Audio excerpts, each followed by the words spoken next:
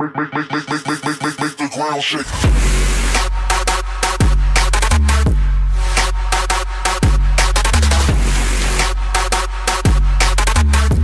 Yo, what's going on, guys? Today I'm going to be going over with you my predictions for the 23 and under team of the year.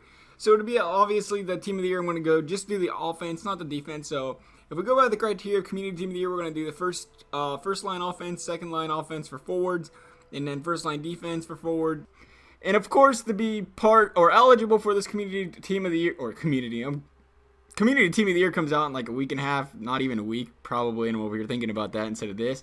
But anyway, we got the 23 and under. Obviously, to be eligible for it, you have to be under the age of 23. So all you Yager fans, sorry, but he's not getting on this team of the year. Hate to break it to you. Without further ado, though, let's go ahead here and get the obvious player out of the way quickly.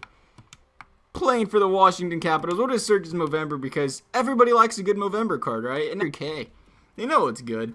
92 skate, but anyway, he's got 20 goals this year, 47 assists, 67 points, 1.02 points per game, and a 6.7 OPS. He's by far standout best player. So the Capitals, but he is Capitals. His card will be nasty. If he get, we'd say maybe a +3, +4 boost. Somebody like him. Oh, he's an 88 overall. He could even see a +5 jump on this.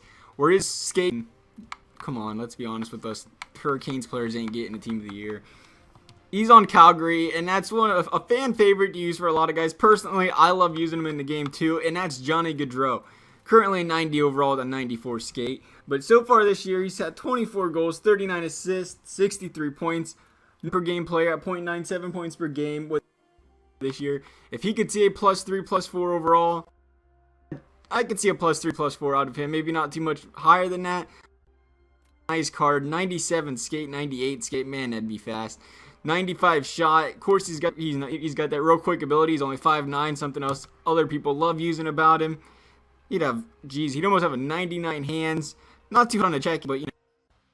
So anyway, we'll continue on here.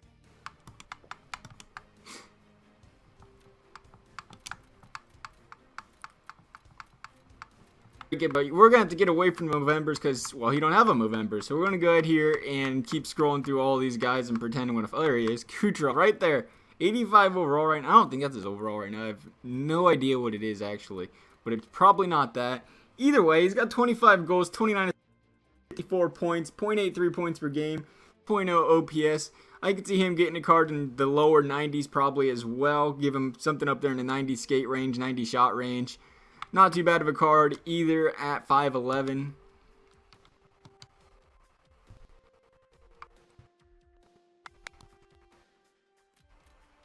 And get started with the second line forwards.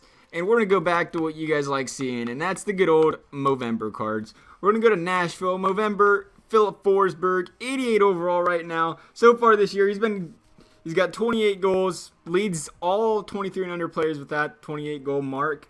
He's got 8 points per game with a 5.7 OPS.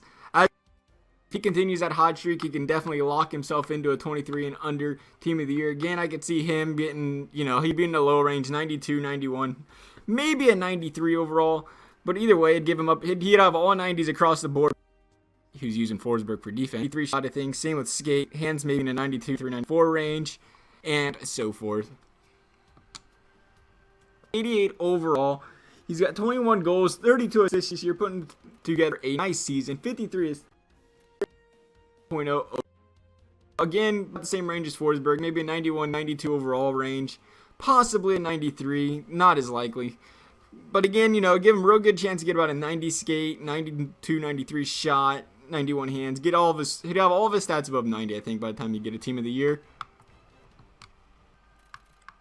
All right, last but not least, I think this lacking, but I'm going to go with Leon Draisaitl because just for the pure fact that he's missed some games this year and he still played real well. He's got 53 points, or not 53 points, he's got 46 points on the year. A whole bunch of guys are around that range, 43, 46-ish range of points. So I think anybody good to get hot here in the next week and a half, a couple 3-4 point games, they could really go ahead and notch themselves in to the conversation. But right now I'm saying Draisaitl. He could be, again, another guy around the 92, 91 range. He'd have a real nice skate, 96, 95, shot 93, 94. Hands would be around 90, checking around 90, defense a little below 90. As I had said, he had 46 points. He's .78 points per game so far this year with a 4.1 OPS. I do think there's a whole bunch of other guys that have a real good chance to go ahead and, snipe that spot from him, maybe even from Mark Stone. Guys like Nathan McKinnon had 49 points so far this year. Landeskog had a good year. Johansson's had a down year. If he could come back and start turning it around, he'd have a better chance. Max Domi. And one guy I do think that really has a good chance of getting into this team of the year is Jack Eichel, just for the fact that he's got that publicity because he's got the name. People would love to see one. EA'd love to release one. So far this year, he's put up 46 points. I think, if the rest of Buffalo would have showed up to any games this year, he'd probably have a few more, and then he'd probably be a lock. But for right now, though, 20 goals, 26 assists, not a bad year for him. Another guy, I think, if he played all year, Alexander Barkov, he's got 42 points, but he's only got 50 games played this year. And as we noticed last year with Malkin and Kane, EA don't really, just because you ain't played every game all year and you had a good season with those points and amount of games played, doesn't really lock you into a team of the year. They really want to see you play all season to go ahead and give you that team of the year, even if you had a good, unless he was putting up, 67 points in those 50 games, they really want to see you go ahead and put up a lot of big numbers to go ahead and give you them team of the years.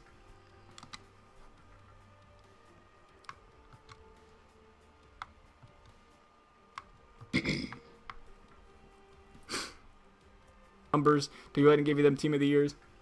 So the first guy we're going to go over with here is John Klingberg for the first line defenseman pairing. I think, he should definitely be a lock. He's got 10 goals and 43 assists this year and 53 points in .80 points per game, also known as 0.8 points per game, and a 5.3 OPS. And no, you did not just see my screen change from a Rangers to a Lightning background on John Klingberg, I promise. Alright, so the second guy and his D-pairing partner, I think, will be Shane Gostisbehere. Gostisbehere's got 47 games played only this year, and he's put up 37 points with a 4.3 OPS, or 4.5 OPS, what am I kidding? But with those kind of numbers and that short amount of games played, I think he's done well deserving of a team of the year. Even with only that many games played, he still is second in the league in points as far as tied for second technically, as far as guys in his age group.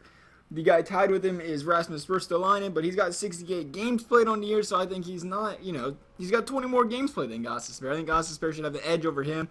Another guy that could get some consideration is Justin Falk. He's got 55 games played this year, 34 points, and a 3.9 OPS. Granted, I was bashing on those Carolina Hurricanes earlier.